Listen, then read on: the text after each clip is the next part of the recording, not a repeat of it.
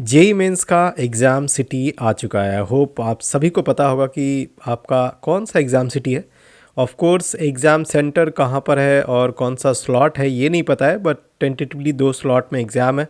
कोई भी स्लॉट होगा तो कोई दिक्कत वाली बात नहीं है। खाली उस टाइम पर जाके आपको एग्ज़ाम देना है।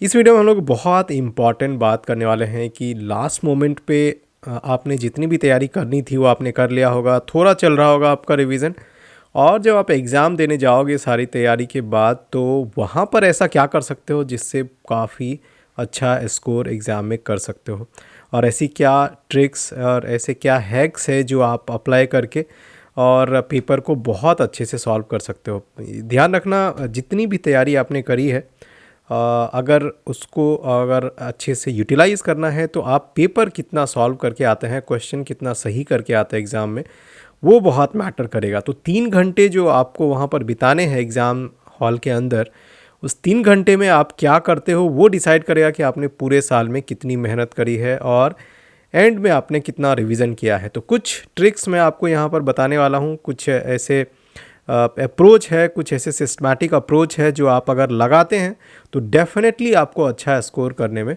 मदद मिलेगा, क्योंकि ये प्रूवन स्ट्रैटेजी है, प्रूवन स्टेप है। सबसे पहला हम लोग बात करते हैं कि जब आप एग्ज़ाम देने जाओगे तो पेपर मिलेगा तो सबसे पहले आपको क्या करना चाहिए। सबसे पहले आपको ये देखना चाहिए कि जो भी पेपर आपको मिला है उसमें 3 सेक्शन है, फिज़िक्स केमिस्ट्री मैथ, तो उसमें हर एक सेक्शन को एक अप्रोप्रिएट मात्रा में जो भी आपके हिसाब से लगता है वो टाइम आपने दिया कि नहीं, ये बहुत ज़रूरी है। उसके लिए आप क्या करेंगे, एक एक डिवीज़न कर लें कि टेंटेटिवली जो भी आपका स्ट्रेंथ वाला सब्जेक्ट है उसमें, जैसे फिज़िक्स टेंटेटिवली आप 50 से 60 मिनट ले सकते हैं, केमिस्ट्री आप 40 से 50 मिनट ले सकते हैं क्योंकि रिलेटिवली कम टाइम लगता है। मैथमेटिक्स ज़्यादा थोड़ा समय लगता है क्योंकि उसमें कैलकुलेशन होता है, तो उसमें ज़्यादा आप समय रिलेटिवली रख सकते हैं ताकि आपको ऑन एन एवरेज एक अच्छा खासा क्वेश्चन सॉल्व करने का मौका मिले। अब ये एक सजेशन है। आपका ऐसा हो सकता है कि आप फिज़िक्स बहुत अच्छा जल्दी कर लेते हैं या मैथमेटिक्स बहुत जल्दी कर लेते हैं, तो उसका आप फिज़िक्स के साथ टाइम मैच कर सकते हैं।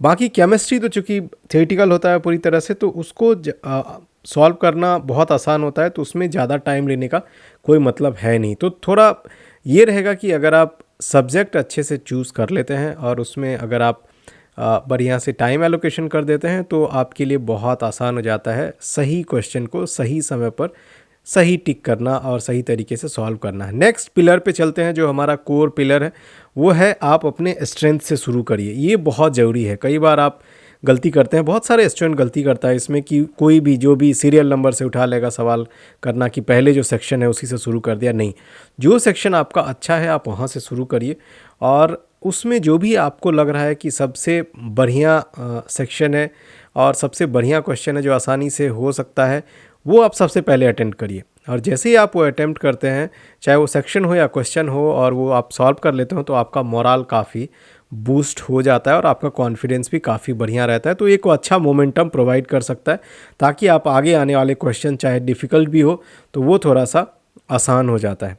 और जो भी आपको लग रहा है कि थोड़ा सा चैलेंजिंग है, आप उसको बाद के लिए रख सकते हैं ताकि आप दोबारा उसको अप्रोच करके सॉल्व कर सकते हैं। और यही जो है मंत्राज सक्सेस के लिए है भी, आप ज़्यादा से ज़्यादा स्कोर करने के लिए। तीसरा पिलर है कि आप क्वेश्चन को कैटेगराइज करो। कैटेगराइज करने का मतलब ये होता है कि इजी क्वेश्चन जो आपको मिल रहा है उसको तुरंत सॉल्व कर लो।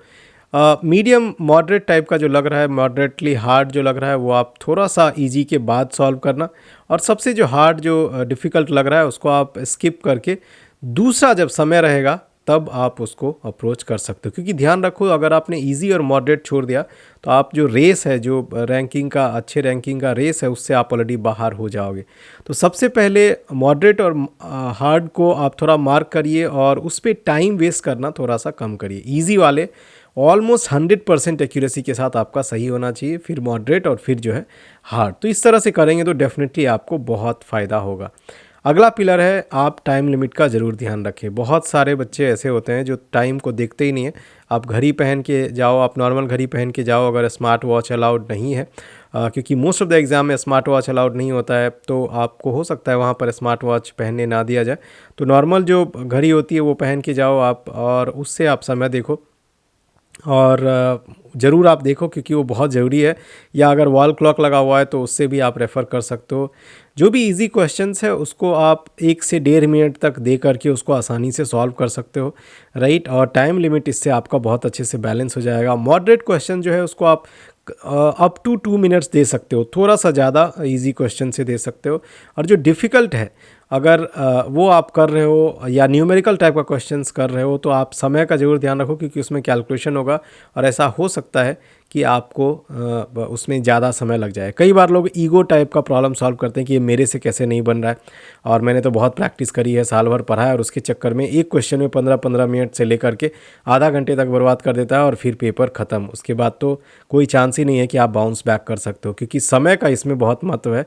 तो आपको बार बार घड़ी के अकॉर्डिंग, क्वेश्चन के अकॉर्डिंग आपको समय देना पड़ेगा।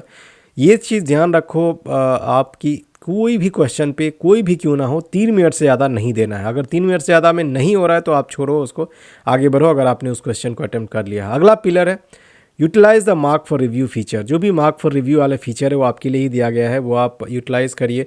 और जो भी लग रहा है कि आपको थोड़ा डाउट है, आप इसको बाद में आप कम बैक कर सकते हैं, इसको सॉल्व कर सकते हो, उसको मार्क फॉर रिव्यू में डालिए, और उसको बाद में आप इसका जो है अगर सही जवाब आ गया है बीच में तो आप उसको टिक कर सकते हो, या फिर बाद में जो भी डिसीजन होगा एट लास्ट आप ले सकते हो।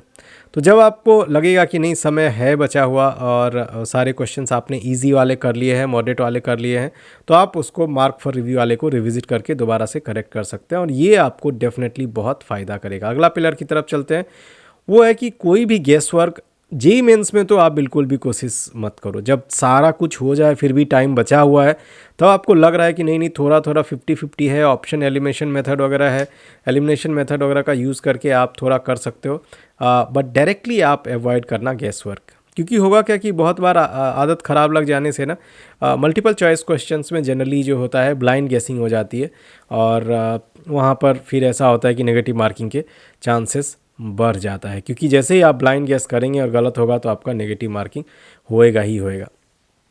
अगर न्यूमेरिकल क्वेश्चंस है तो अगर आपको लगता है कि कैलकुलेशन सब सही है, आपका बढ़िया है, तो आप अटेम्प्ट कर सकते हो इनिशियली। अदरवाइज़ अगर आपको लगता है कि थोड़ा टाइम लगेगा, टाइम कंज्यूमिंग है, तो बाद में आप उसको कर सकते हैं। तो ये बहुत ध्यान रखने वाली बात है। अगला पिलर है कि बहुत बार ऐसा हुआ है कि आपने क्वेश्चन सारे सॉल्व कर लिए, मार्क कर लिए, बट OMR या न्यूमेरिकल इनपुट टाइम जो भी है वो आप ठीक से फील नहीं कर पाए। जो भी डिजिटल एग्ज़ाम होते हैं, कंप्यूटर बेस्ड टेस्ट होते हैं, उसमें भी ये बहुत ज़रूरी होता है कि आपने ऑप्शंस वगैरह प्रॉपरली मार्क किया हुआ है, जो भी आपका सही आंसर लग रहा है उसके अकॉर्डिंग, तो वो एक बार रिविज़िट ज़रूर कर लें। तो जब भी आप आंसर मार्क कर रहे हैं ऑनलाइन मोड में, आप डबल चेक ज़रूर करें किसी भी तरह के एरर, सिस्टम एरर हो या ह्यूमन एरर है या क्लिक एरर हो गया, कोई भी चीज़ हो सकती है, मशीनरी है, तो आप मार्क करने से पहले डुअली श्योर हो जाए। और लास्ट मिनट में कोई भी चीज़ के लिए वेट ना करें।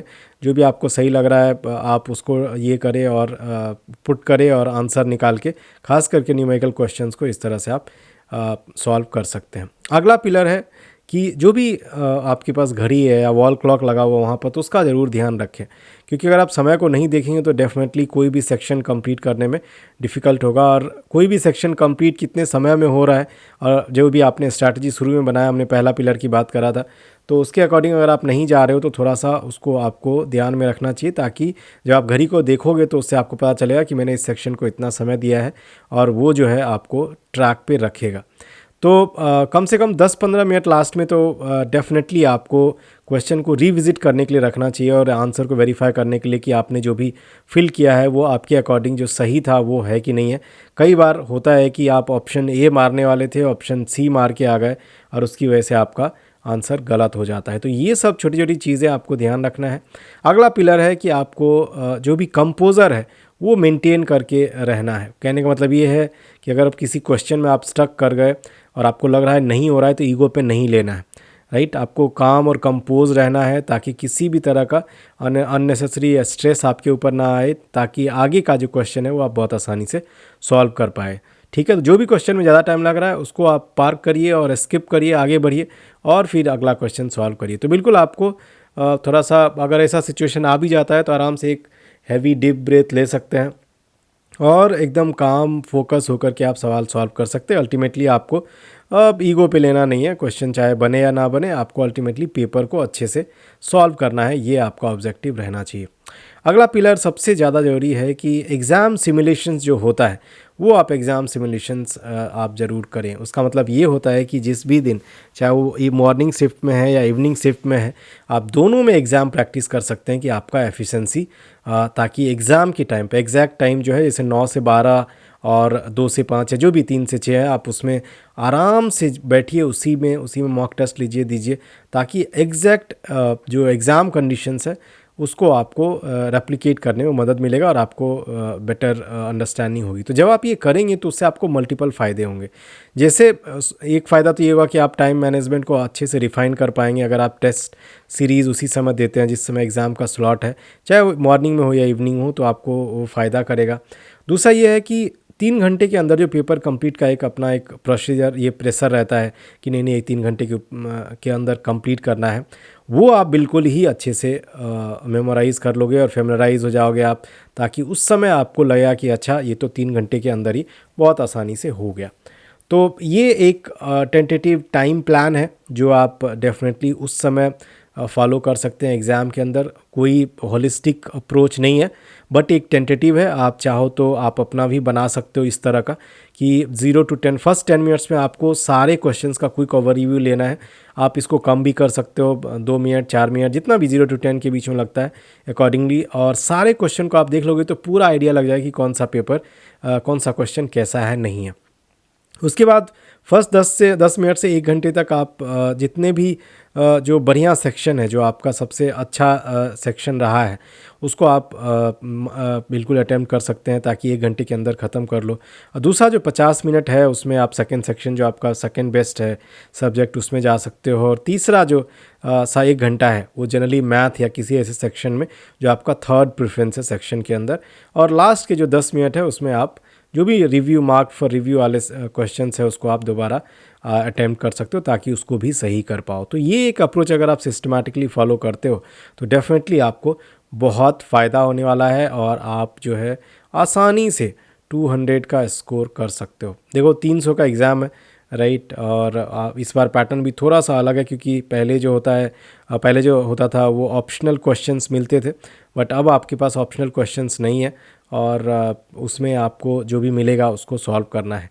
तो इसमें बहुत ध्यान रखना है कि आप अच्छे से सॉल्व करके सारे क्वेश्चन को आप दोबारा से रिविज़िट करेंगे और सही आंसर को सही ऑप्शन के साथ मार्क करेंगे। तो अगर ये सारी चीज़ें अगर आप कर लेते हो तो आपको 200-220 से ज़्यादा स्कोर करने के लिए कोई नहीं रोक सकता। और जैसे जैसे 200-220 से ऊपर जाओगे आपका परसेंटाइल भी 99 परसेंटाइल से ऊपर चला जाएगा। तो ये बहुत ज़रूरी है कि आपको अच्छा परसेंटाइल भी मिले और ताकि आपका कॉन्फिडेंस बूस्ट हो, और जब आप सेशन 2 में बैठे तो वहाँ पर अगर आपको लगता है इम्प्रूवमेंट की ज़रूरत है तो वहाँ आपके लिए एक मोरल बूस्टर का भी काम करेगा। मिलते हैं अगले वीडियो में, तब तक अगर आप चैनल पे नए हो तो ज़रूर सब्सक्राइब कर लो और जितने भी तुम्हारे दोस्त हैं सबको फॉलो कर सकते हो, सबको भेज सकते हो ये वीडियो और बोल सकते हो कि भाई इस तरह से हमें अप्रोच करना है ताकि सिर्फ तुम्हारा सिलेक्शन ना हो, बाकी लोगों का भी सिलेक्शन साथ में हो। देखो एक साथ IIT NIT जाओगे और एक ही बैच में एक ही कॉलेज में रहोगे तो डेफिनेटली मज़ा तो आएगा ही। ये मत सोचना कि कंपटीशन है, यहाँ पर जो लोग जितना तैयारी किया है, जिस हिसाब से अपना अप्रोच लगाएगा उनका उसी हिसाब से सिलेक्शन भी होना है। तो कोई कंपटीशन नहीं है, बस आप कंपटीशन खुद से रखो और बेस्ट से बेस्ट पेपर को सॉल्व करने का कोशिश करो। मिलते हैं अगले वीडियो में, तब तक के लिए मिलते हैं। Thank you so much for watching this video. इस चैनल को सब्सक्राइब ज़रूर कर लेना।